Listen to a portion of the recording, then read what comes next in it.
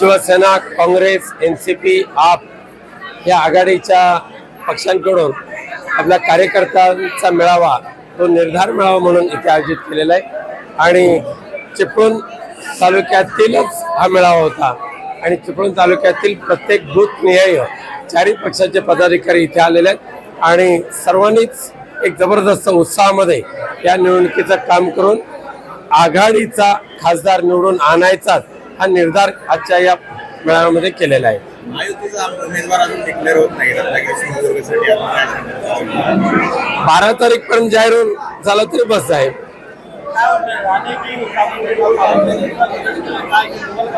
फार मी त्यांची चिंता करत नाही आणि विचारही करत नाही.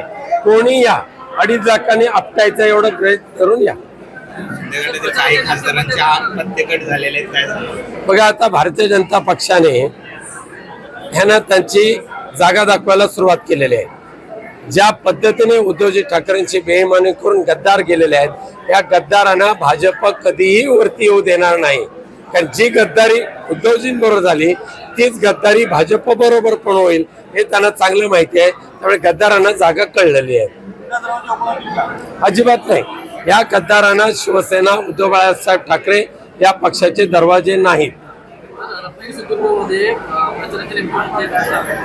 कोकणचा विकास तर आहेच, पण त्याचबरोबर देशाचं संविधान, देशाची लोकशाही आणि त्या लोकशाहीने निर्माण केलेली यंत्रणा आणि हे संपूर्ण देशवासी यांच्या जीवनाशी निगडीत असलेले सर्व प्रश्न हे आमचे आहेतच.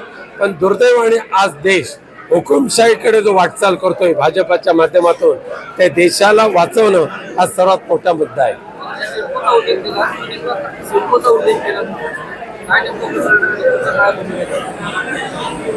या कोकण किनारपट्टीवरच्या 4 जिल्ह्यातले पालघर, रायगड, रत्नागिरी आणि सिंधुदुर्ग या 4 जिल्ह्यातले 1635 गाव, त्यापैकी त्या गावातील 6,42,000 हेक्टर एवढी जमीन सिडकोच्या अखत्यारीमध्ये घ्यायची हा GR 4 मार्च 2024 ला महाराष्ट्र शासनाने मंजूर केला.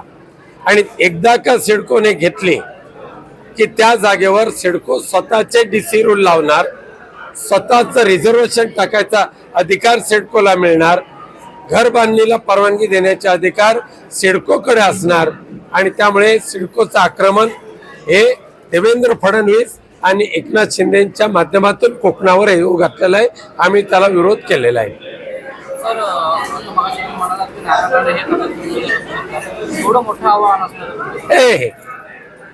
कदाचित किरण सामंत हेच आव्हान राहिलं असतं. नारायण राणेंना आम्ही आव्हान समजत नाही, पण विरोधी उमेदवार आहे, त्याला पाडायचं याच्यामध्ये सुद्धा एक आनंद आहे. आणि सुदैवाने नारायण राणेंना, सुदैवाने विनायक राऊतला विजयाची 3री वेळची हॅट्रिक करायची संधी मिळणार आणि दुर्दैवाने नारायण राणेंना 3 वेळाला पराजयाची हॅट्रिक करावी लागेल. निलेश राणेला हार्मोनियमचं महत्व कळणार नाही, त्याला कळणार महत्व राडेबाज विकृतीचं. धन्यवाद. ABP माझा, उघडा डोळे बघा नीट.